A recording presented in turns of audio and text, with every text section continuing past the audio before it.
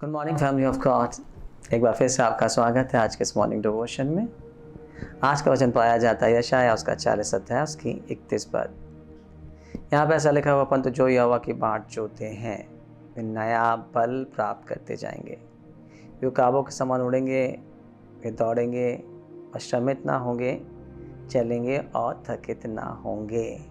हम जानते हैं हमारे जीवनचर्या में जब भी हम ज़्यादा स्ट्रगल करते हैं, ज़्यादा मेहनत करते हैं, ज़्यादा चलते हैं, ज़्यादा दौड़ते हैं, तो अब इसलिए हमारे जीवन में थकान आ जाती है, हम सुस्त हो जाते हैं। बट यहाँ ये बात कह रहा है परमेश्वर का वचन उन लोगों के लिए जो यहोवा की बाट जोते हैं।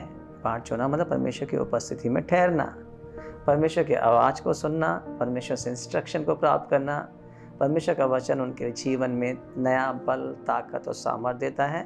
और उसकी तुलना उसने उकाब के पक्षी से की है। आप जानते हो उकाब सारी पक्षियों में सबसे ऊंची ऊंचाई में उड़ने वाला पक्षी होता है। और इसके बारे में कहा जाता है जब ये थोड़ा सा ओल्ड एज का हो जाता है तो उसकी चोंच घिस जाती है, उसके पंख पुराने हो जाते हैं, तो फिर वह उतनी ऊंचाइयों पर उतनी स्पीड से नहीं जा पाता है। तब यह क्या करता है, पहाड़ों पर जाता है।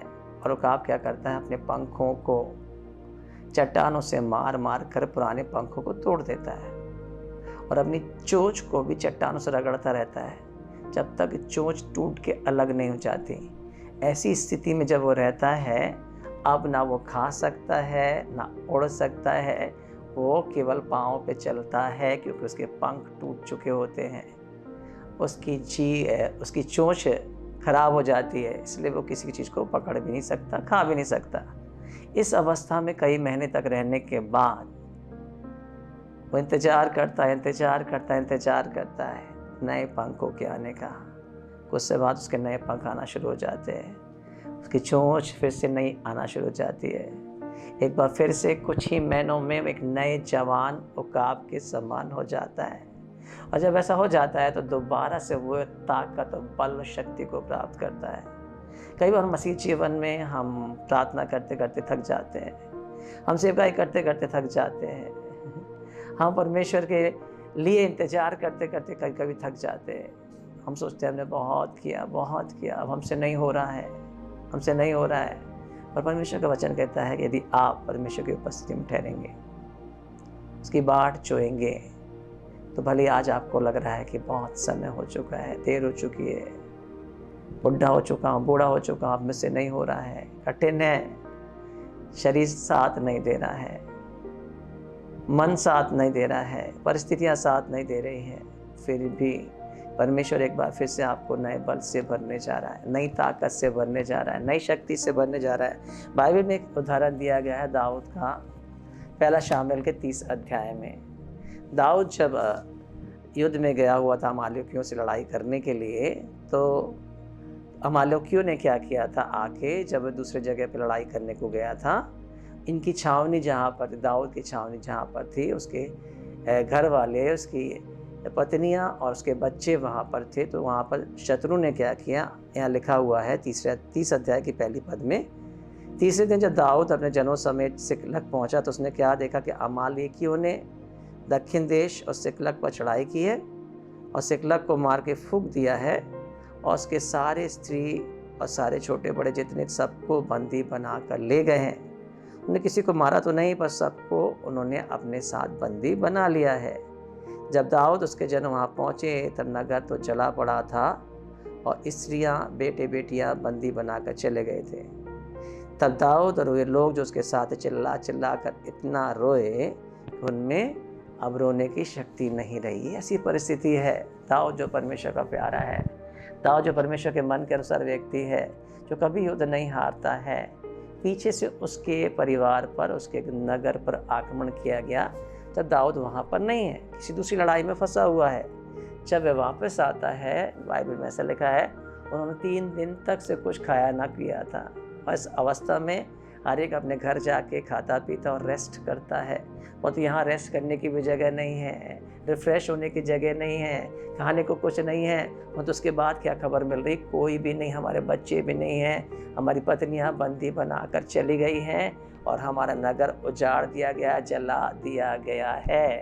ऐसी स्थिति में दाऊद उसके साथी बहुत रोए हैं, और यहाँ तक लोगों ने दाऊद को पथरवाह करने का भी विचार किया है।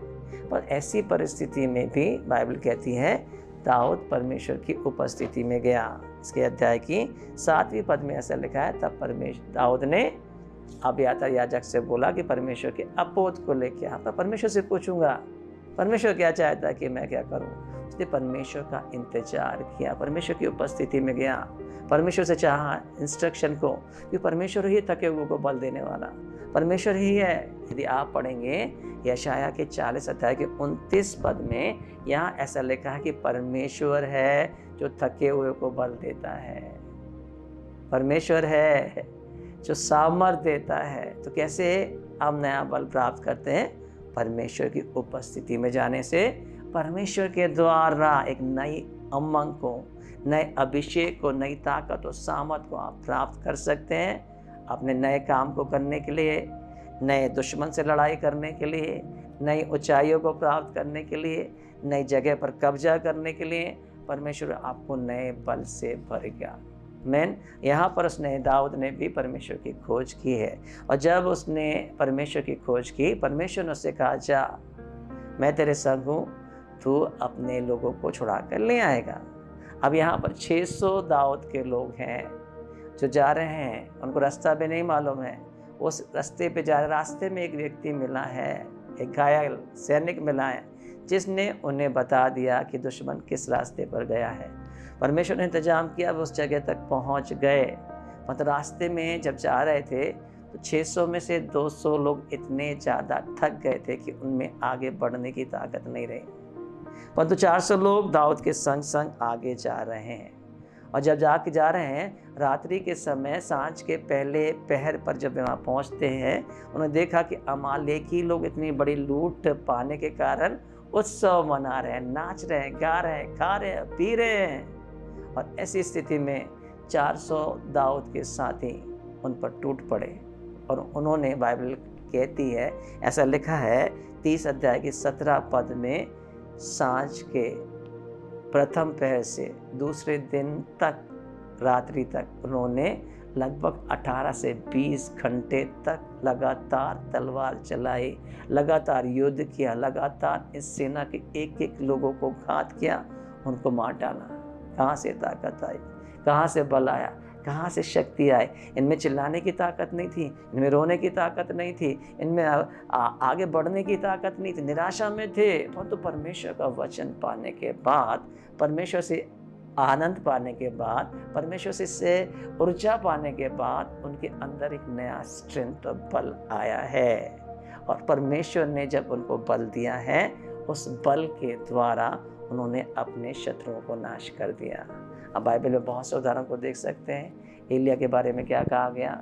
एलिया कहता है कि जिस परमेश्वर की उपस्थिति में मैं खड़ा रहता हूँ, ये एलिया जब उसने आसमान से आग गिरा दी परमेश्वर के वचन के अनुसार आहाब के सामने, सारे इजराइलियों के सामने, तब उसने कहा देख मैं एक छोटे से बादल को उठते हुए देख रहा हूँ। उसने क्या किया?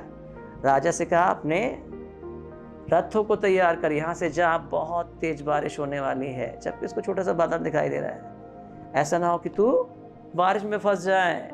और जब राजा जा ही रहा था रास्ते में, और बहुत तेज बारिश होने लगी, 3 साल तक बारिश नहीं हुई थी, बारिश होने लगी।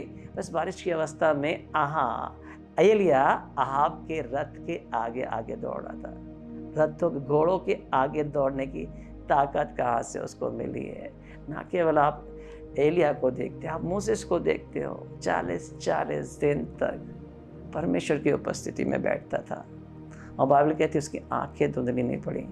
120 वर्ष का हो गया था वो, पर पत्थर की पट्टियां में जब परमेश्वर ने 10 आज्ञाओं को लिख दिया, वो उठा के नीचे लेके आया, उसका पौरुष घटा नहीं था।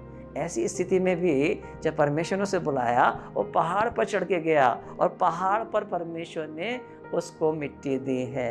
ऐसा परमेश्वर का दास कहाँ से बल प्राप्त हुआ? परमेश्वर की बाट जोड़ने से। कभी भी परमेश्वर को, उसकी उपस्थिति को आप हल्के में ना लीजिए।